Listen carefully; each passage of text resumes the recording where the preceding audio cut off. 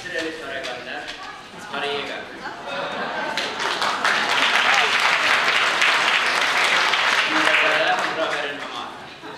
These are the only Armenian.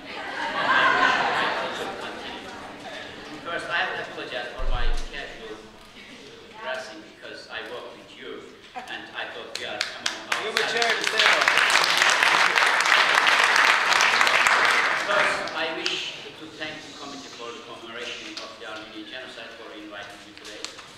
Your invitation on this day, this most meaningful of days, has humbled me as it shows your willingness to open your heart and listen to me. It is truly an honor. Thank you very much. I know that my speaking openly about what happened in 1915 and acknowledging the Armenian genocide is the reason for your invitation. The truth is, however, that there is nothing special in what I am doing. As a scholar, I want to understand one of the major crimes in human history. As a citizen of Turkey, I believe that a complete and honest reckoning with the crimes in my country's history, including, of course, the Armenian genocide, is the only way to create true democracy in Turkey and peace and stability in the Middle East. I know that your hearts and souls have been filled with bitterness of the terrible tragedy of the past 95 years. You have lived with the knowledge of having a crime of this magnitude ignored and denied by its perpetrators and their successors. That bitterness has come close to extinguishing whatever hope you may have had of one of day getting an acknowledgement of your pain. Some small consolation for the great loss for your people suffered. The fact that the genocide is not recognized is like living a second equally horrific violation of your people, your history and your culture. I'm here to tell you that because of Turkey's stubborn policy of denial, the situation in Turkey is not much better than it used to be. The failure to acknowledge the legacy of the Armenian genocide is a crucial reason why Turkey remains sadly deficient in true democratic values to this day and why it has unable to create a society that respects human rights. It is why different ethnic religious groups are still struggling for their democratic rights and the Kurdish issue is still unresolved. Perhaps you are wondering why Turkey continues to deny the genocide and you are curious to know what is really happening over there. If you follow the events, I'm sure there are days when you are shocked and surprised, like the commemoration day anniversary of Hrant Dink's assassination, or the other days when you are puzzled and confused. If we really want to get down to the core, why the denialist policy refused to die, you have to keep one important thing in your mind. Turkey has been ruled year after year by the same class of people that presided over the fall of the Ottoman Empire. Turkey was established by the same party that organized the Armenian genocide. Union and Progress Party that organized the Armenian genocide was the same party established today in modern Republic of Turkey. It was the Party of Union and Progress that was behind the genocide, and this party founded the Turkish Republic. And a significant number of the founding cadres of the Turkish Republic either participated in the genocide directly or became rich by plundering Armenian property. And Republic remained politically static and for decades negotiating the same class of bureaucrats and military men and relying on the same support from within the same segment of the population. The difficulty in facing up what happened in Turkey's history and acknowledging the Armenian genocide lies here. It is very clear that in order to recognize the genocide, Turkey, we people of Turkey, have to accept that our forefathers, these individuals who have been revered and whose heroic deeds decorated the pages of our history books, committed some horrific crimes, horrific deeds, not least of which is the genocide.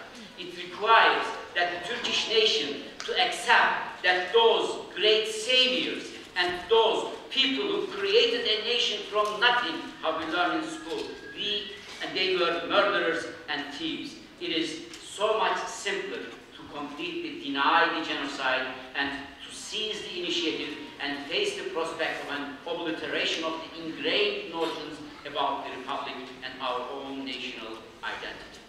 But now, today, there is another Turkey growing. A new civil society in Turkey has begun to understand that without coming to terms with history, we cannot build a democratic future in Turkey. We know that 97 years of forgetting has not produced democracy in Turkey. Just the opposite. It has created a state, a Turkish state, that conducted an open war against their own citizens over the years. It was this state burned Alevites alive. You know the Alevites, and this group, 1993 in Sivas, they burned 35 of them in a hotel alive. And it was this same state that tortured and killed thousands of young men and women after each of military coup d'etats. And it was the same state that really killed and hanged some of the individuals, Muslims, who refused to dress Western style of clothing. 1925, 26, Muslim people were hanged because they really denied, can you imagine, to dress in Western style. And only in 1990s alone, the number of Kurdish civilians, not the PKK fighters or the on the mountains, only the civilian, Kurdish civilian citizens who were killed by unknown perpetrators numbers more than 15,000 in 1990s. They are responsible committing the political murders, including Hrant Dink's assassination. This is the short summary of 90 years of history of the Republic of Turkey.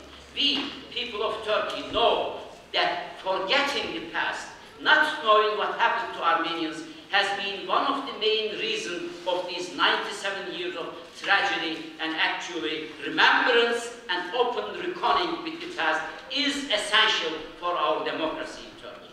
My main message to you today is that you have to know that there is significant change in Turkey that began in 2002. This change is being experienced on two levels. The first level is on the continuity, which I just spoke of. Until 2002, Turkey was governed by a bureaucratic and military ruling elite who were the heirs to the Union and Progress Party, and in 2002, the power of that elite was taken away.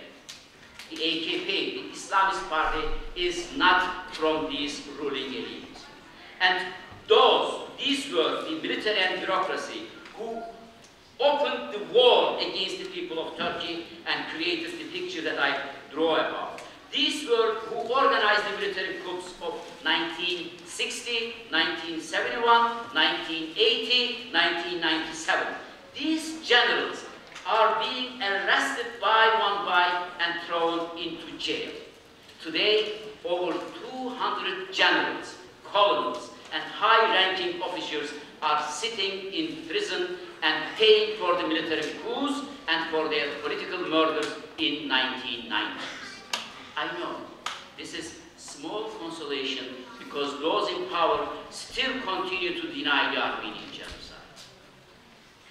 Recently, they announced that they started to organize the diaspora Turks with Azerbaijan towards 2015, and they announced 1 week before that they are going to organize a huge meeting anniversary in Istanbul with thousands of diaspora Turkish organizations and with Azerbaijanis to commemorate, to celebrate the occupation and the liberation of Baku 1918 September. They might not be aware, those in Ankara, but I'm sure that the Azeris knows very well. When 1918 Turkish Islamist army occupied Baku, they massacred more than 10,000 of Armenians. So they are preparing also at the same time this radical policy towards 2015. We have both contradicting picture in Turkey. On the one side, they are going after generals who committed these political murders, who tortured the Turkish individuals, and there are trials after trials, and there is a honest reckoning with the past. The Turkish Prime Minister apologized, for example, for the crimes of Dersim Army, Dersim people, 1938, you might have heard about it, 1938, there was a huge massacre against Dersim people. This is a region where Kurdish Alevites people lives, and there was a special reason for the massacre in 1938 against these people, because Dersim people saved approximately 30,000 of Armenian lives during Armenian genocide. And there are still Armenians living in Dersim area. In 1938, approximately 50,000 of them were massacred by Turkish army, and today it is not a taboo anymore, and Turkish Prime Minister, because of the pressure, domestic pressure, publicly apologized in name of Turkish state for the massacre of 1938. But on the other side, they are vehemently pushing the genocide denial policy on the other hand.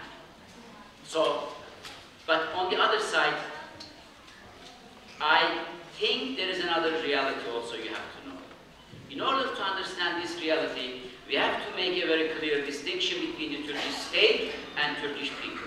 I know, until recently, in your minds, they were both one and the same, because you never heard any message that different.